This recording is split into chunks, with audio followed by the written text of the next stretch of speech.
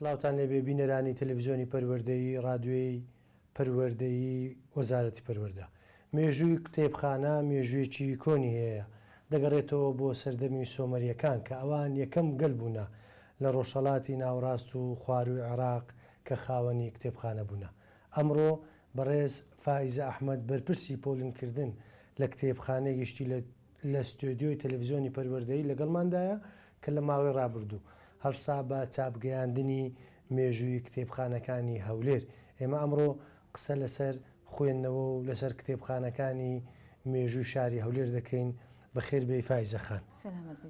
بەخێر بێ سەرچاوە.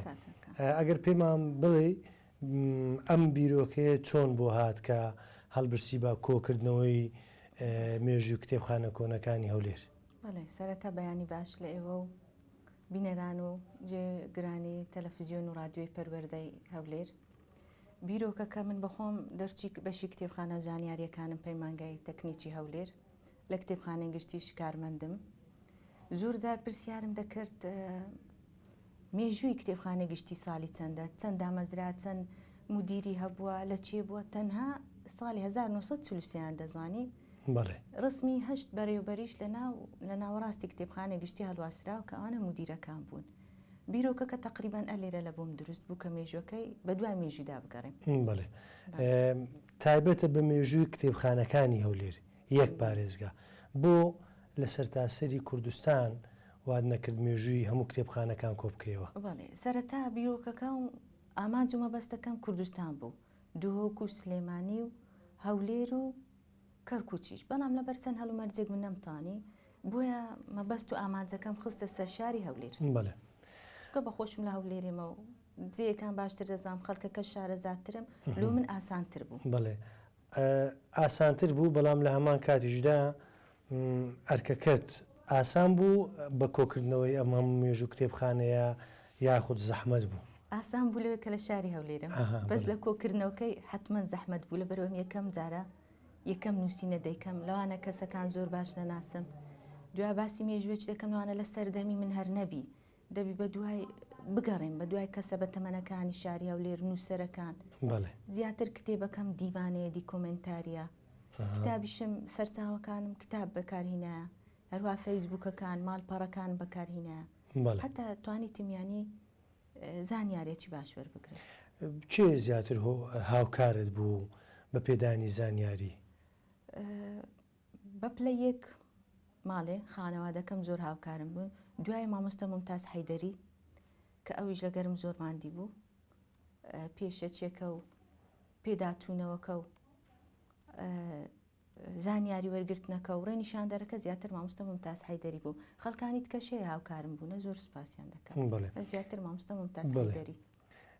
لە هەولێر یەکەم کتێبخانە مێژوەکەی بۆ کەی دەگەڕێتەوە؟ کتێبخانە حکومیەکان. حکومیەکان یەکەم کتێبخانەی حکومی لە هەولێر لە ساڵی 1940 بووە، کتێبخانەی گشتی هەولێرە. یەکەم جار سەر بە ئیدارەی مەحەلی بووە بەرامبەر محافەزە، تەنیش قشڵەی دەکا. دوای شوێنەکەی گوازراوەتەوە لای ئەنجومەنی وەزیرانی ئێستا، جارێکی دیکە شوێنی کتێبخانەی گشتی گوازراوەتە لای سەر جادەی شێستی بەرامبەر کارگای مافور، جارێکی تر شوێنەکەی گوازراوەتەوە هەر یەک کتێبخانە بۆ ئەوەندە شوێن گواستنەوەی کردیا لە بۆ شەقامی سیمەتری تەنیش مزگەوتی کوێتی. دواتر گوازراوەتەوە بەرامبەر نزیک وەزارەتی تەندروستی. دوا قۆناغی گواستنەوەی کتێبخانەی گشتی ساڵی 2010 کە ئێستا لە ناو پارکی سامی عەبدوڕەحمانە بینایەکە کۆریەکان دروستیان کردیا و پێشکەشی پارێزگای هەولێریان کردیا، ئەوانیش کتێبخانەیان گواستەوە وێندەر. ئێستا ساڵی 2010 حتا ئێستا کتێبخانە لە ناو پارکی سامی عەبدوڕەحمان. ئەم کتێبخانەیە کتێبی کۆنیشی زۆر تێدایە؟ بەڵێ مێژووی؟ بەڵێ کتێب هەموو جۆرە سەرچاوەی تێدایە، کۆنیشی تێدایە، هەندێک دەستنووسیش تێدایە، کتابی باشی تێدایە. لە زمنی کتێبخانەی گشتیەکان باسی بەڕێوەرەکانیشم کردیا کە لە ساڵی 1940 هەتا ساڵی 2022 هەشت بەڕێوەبەری هەبووە. هەر بەڕێوەبەرە و بە پێی تەمەنەکەی و خیبرەکەی خۆی خزمەتی کتێبخانەی کرد. چێ سەرپەرشتی و کتێبخانەی کردو هەموو نووسیوە ئەو کتێبخانانێک کە هەبووە؟ بەڵێ نووسیتە. بەڵێ ئێستامە باسی مەسەلەن حکومیەکەی دەکەین. حکومیەکە بیداتی سەر بە ئیدارەی مەحەلی بووە، دواتر کتێبخانەی گشتی گواستراوەتەوە سەر بە وەزارەتی ڕۆشنبیری ئێستا. بەڵێ یەکەم مدیریش یەکەم بەڕێوەبەر لە کتێبخانەی گشتی بە ناوی سەلیم مختار بووە، ئێستاش هەشتمین بەڕێوەبەرە ناسفەلەکردین کاکەی بەڕێوەبەری کتێبخانەی گشتی هەولێرە. باسی پێکهاتەکانی بەشی کتێبخانەم کردێ کە چەند بەشی هەیە.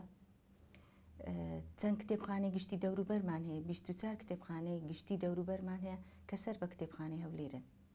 بەڵێ باسی چەشنی کتێبخانەکانیش کراوە، ئەو خزمەت گوزاریانەکە لە کتێبخانە پێشکەش دەکرێت کراوە. بەڵێ لە کتێبەکەت کۆمەڵە گوێنەی ئافرەتم بینی، ڕۆڵیان چ بووە ئافرەت لە ڕابردوودا لە کتێبخانەکانی هەولێر؟ کاریگەریان هەبووە؟ بەڵێ ئافرەتانش بێبەش نەبوونە لە کتێبخانە. یەک لەوانە زەینەب خان لە بنەماڵەی سوجادیە لە سای 1900 لە دایک بووە، خاڵی 1906 بردیتە بەغدا لێ قوتابخانەی تەواو بکە کە ئەو کاتی لەوانەیە ینی پیاوەکان نەچووبوون بۆ خوێندن، ئەوە کچە چوتە خوێندن. کتێبخانەشی هەبووە و دەستنووسی هەبووە، بیرەوەریەکان نووسیتەوە، چەندین چیرۆکی هەبووە، چیرۆکی کوڕکرد و منداڵان نووسیتەوە. لەلایە چکە نەجیبەخان کچی مەلای گەورەی کۆیە، ئەوش لە ساڵی 1970 لە دایک بووە، چوویتە خوێندن و خوێندنی تەواو کردووە و زمانی عەرەبی زانیوە و کتێبخانەی خۆشیان هەبووە ئافرەتانە. دکتۆرە کوردستان مکریانی کە لە دایک بووی ساڵی 1947 ئەوش کتێبخانەی هەبووە و نووسەرەکی گەورەوە، چەندین کتێبی هەیە بەخۆی، چەندین کتێب لە ڕووسی کردیتە کوردی، ئەوانە هەموو کتێبخانەیان هەبووە و کتێبی باش باشیشیان هەبووە لە ناو کتێبخانە. کەواتە کتێبخانەکان کاریگەریان لەسەر خانمانمان بۆ ڕۆشنبیرکردنیان هەبووە. بەڵێ هەبووە بەڵێ ئەگەر خانمەکان ڕۆشنبیر خوێندەوار بوون حتمما نەوەچی خوێندەوار پێدەگەینن. جوانە. لە کتێبەکەت تەنها باسی کتێبخانە حکومیەکانت کردووە یاخود باسی کتێبخانە ئاهلیەکانیشت کردووە؟ لە سەرەتا باسی کتێبخانە ئاینەکانم کردیە مەدارسی دینی کە ئەوانش کتێبخانەیان هەبووە. دواتر باسی کتێبخانە کەسایەتیەکانم کردیە لە هەولێرێ، پاشانیش باسی کتێبخانە ئەهلیەکانم کردیە کە لە هەولێرێ نزیکەی 100 ساڵ پێشی حکومیەکان هەبووە، ساڵی سیەکان. باسی ئاهلیەکانشت کردووە وەکو حکومیەکان وردەکارێکت باس کردووە؟ باسم کردێ کە چەند کتێبخانە لە هەولێری هەبووە. مەلافەندی یەکێک بۆ لە کەسایەتە دیارەکانی شاری هەولێر. کەسایەتەکان ئەمان ڕۆڵیان چ بۆ لە کتێبخانە و لەوەی کە باست کردووە؟ لە کەسایەتەکان باسی کتێبخانە ئیبن ئادەم کردێ کە 258 ساڵ لەمە پێش کتێبخانەیە هەبووە. ئەو کتێبخانەیە نەوە بنەوە پەریان پێدایە و ئێستاش هەر مەوجودە کتێبخانەکە لە سۆرانە. بەڵێ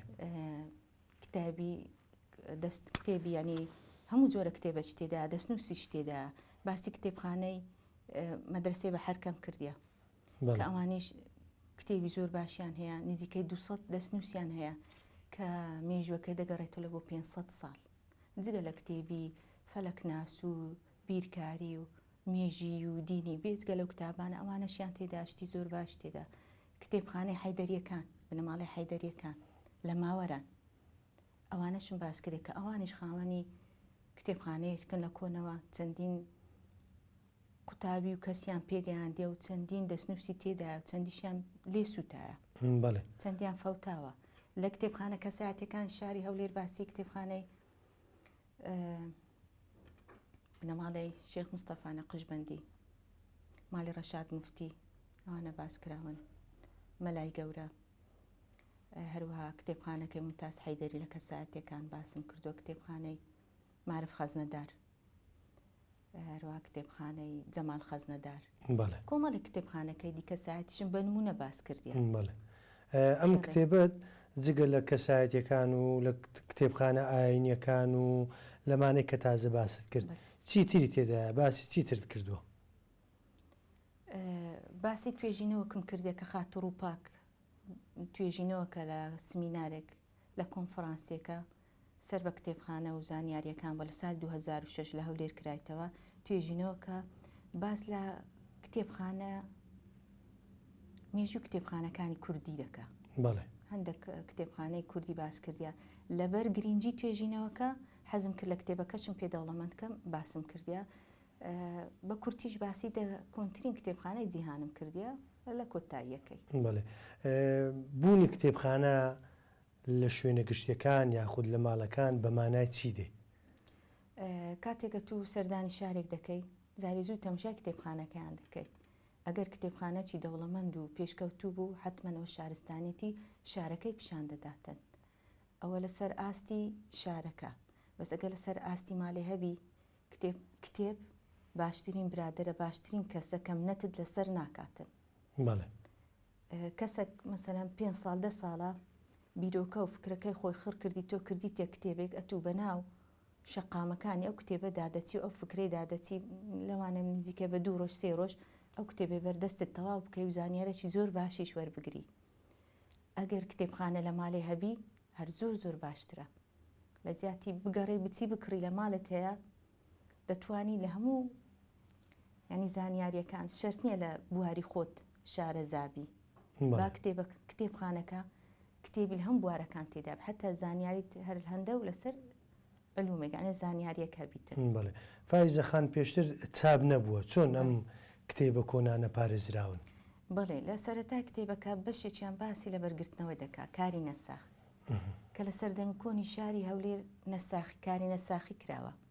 یعنی فۆتۆکۆپی نەبووە ئەو وەختی تابعە نەبووە کەسێکی خۆشنووسیان هینە لەگەڵ ئەوش خوێندەوار بووە کتێبی بۆ لە بەرگرتینەوە یانی واتە لۆی نووسینەوە بۆ ئەوەی پارێزراوی بۆ ئەوەی کۆن نەفەوتێ؟ نا لەوانە کتێبەکەیەک نوسخە بووە خەڵکیش داوایان کردیا ئەو وەختی ئیستنساخ نەبووە بتە 2 نوسخە و 3 نوسخە ئەو خۆشنووسانیان هینە بە پارە بۆیان نووسینەوە و ینی نوسخەیان پێی زیاد کردیا لەوانە ئەو نوسخەی کە هەی بووە پێی نەدایەوە بفەوتێ یەک نوسخە بووە لە بەریان گرتیتەوە.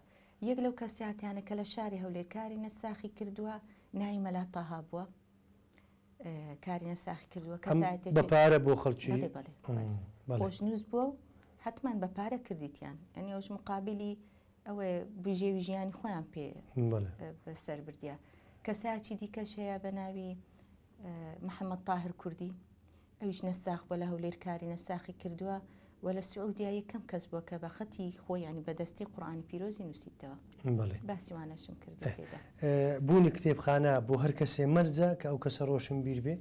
شەرت نییە ڕۆشن بیر بێتن مەسەلەن کتێبخانەی هەبی یان مەرجنیە بەس شاعیر و نووسەر و ئەدیب و ئەوانە کتێبخانەیان هەبی لەوانە کەسێک بی مستەوای ینی خوێندنەکەشی کەم بی مەسەلەن ناوەندی بیتن یان ئامادەی بی بەس ئەوەندە خۆشەویست لە بۆ کتێب و کتێب خوێندنەوە هێلوانە کتێبخانەی زۆر گەورە باشیشی بیتن مەرجنی ئەوە دەگوتری ئەو کەسانەی کە خوێندەواریان هەیە بەڵام ناخوێندنەوە نەخوێندەوارن و ئەوانەی کە خوێندەواریان نییە هیچ جیاوازێکیان نییە لەگەڵ ئەوانەی کە خوێندەواریان هەیە بەڵام ناخوێندنەوە تا چەند لەگەڵ ئەم قسەی تێگەیشتی لە من ئەوانەی کە خوێندەواریان هەیە بەڵام ناخوێندنەوە بەڵام ئەوانەی کە خوێندەواریان نییە لەگەڵ ئەوانە فەرقێکی ئۆتۆیان نییە فەرقیان هەیە حتمما ئەوی دەخوێنیتەوە مستەوای زیرەکی زیاترە مستەوای قسەکردنی باشترە لە یەکەچتکە کە ناخوێنتەوە هەڵبەتە ئەتۆگە کتابەتی بخوێنێستە ئەو کتابەی بخینەوە زەرەر ناکەی بەلای کەمیشتەی هەر لە ئیسیفادە دەکەی زانیاریەکت دەداتێ لە بیرت بمینێتن ئەوەش واد لێ دەکاگە تو چەند کتێبی بخینەوە ئەوەندە ڕۆشن بیرتر و زانیاریت زیاتر بی لە هیچ بەشەکی مەسەلەن مەحتەل نەکاتن یان فەرقی هەیە ئەوی دەخوێنیتەوە ئەوی ناخوێنیتەوە زۆریش فەرقی هەیە. بەڵێ دوای بە چاپگەیاندنی ئەم کتێبە مێژووی کتێبخانەکانی هەولێر بەتەمای ئەم جارە پرۆژە چییە بەتەمای مێژووی کتێبخانەکانی کوردستان بە چاپگەیەنی یاخود ئێمە کتێبخانەی ماڵانیشمانە بۆ پێشتر بەتەمای ئەمیش بکەیە پەرتوچێک دەستخۆش لە بۆ پارێزگاری هەولێر کاک ئومێد خۆشناو کە ئەم کتێبە لەسەر ئەرچی پارێزگا بە چاپگەیاندرا زۆر سوپاسی دەکەم. بەڵێ پرۆژەی دووەمیشم پرۆژە کە سەبارەت بە کتێبخانەی ماڵانە جارێ ناوە چوام لێنەنا نازانم ناوەکەی کودادەنین بەس بە کتێبخانەی ماڵەکان ئیدی پرۆژەکەم ئاوایە سەردانی بکەم و بەڵێ زانیاریتەیە لەسەر ئەوەی کە کتێبخانەی ماڵان هەبێ زۆر کۆمبی وەکو خۆی مابیتەوە دەستکاریان نەکردوی مەبەستمەوەیە ئەو سەرچاوێت بەدەستکەوتووە گەڕای بە دوایدا ئێشتا جارێ لە سەرەتای پرۆژەکەمە تحقیقم لەسەر ئەوەی نەکردێت کاتی ئەمن هەموو پرۆژەکەم یانی هەموو کتێبخانەکانم کۆ کردەوە لە تەرتیبەکەی دەزانم کامیان لە هەمیان کۆنتر بووە. بڵێ ئەی بۆ پرسیارەکەیکەم کتێب ئەم مێژوو کتێبخانەکانی کوردستان بە تەمای پارێزگاکانی دیش بکەی؟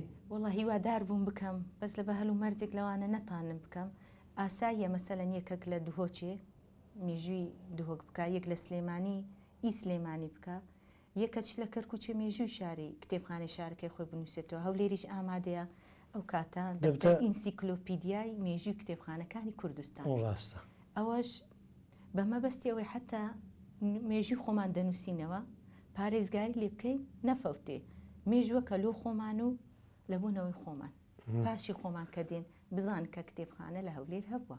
بڵێ پێت خۆش نییە قوتابیان و خوێندکارانمان ماستەر نامایە خود دکتۆرا لەسەر ئەم مێژوو کتێبخانانەی بەڕێزت بکەن؟ بڵێ زۆر پێشم خۆشە بەس بەداخەوە لە هەولێرێ تەنها پەیمانگامان هەیە هەتا ئێستا ینی بەکەلۆریۆسمانیە لە بەشی کتێبخانە و زانیاریەکان چاوەڕێ دەکەنەگە حکوومەتی هەرێم بەشەکەی بکاتەوە لە کۆلیژەکان لە کۆلیژەکان بڵێ ئەگە سەر بەخۆش نەبی لە کۆلیژەکی ئەو فەرع بکرێتەوە ینی بەکەلۆریۆس لە کتێبخانە و زانیاریەکان.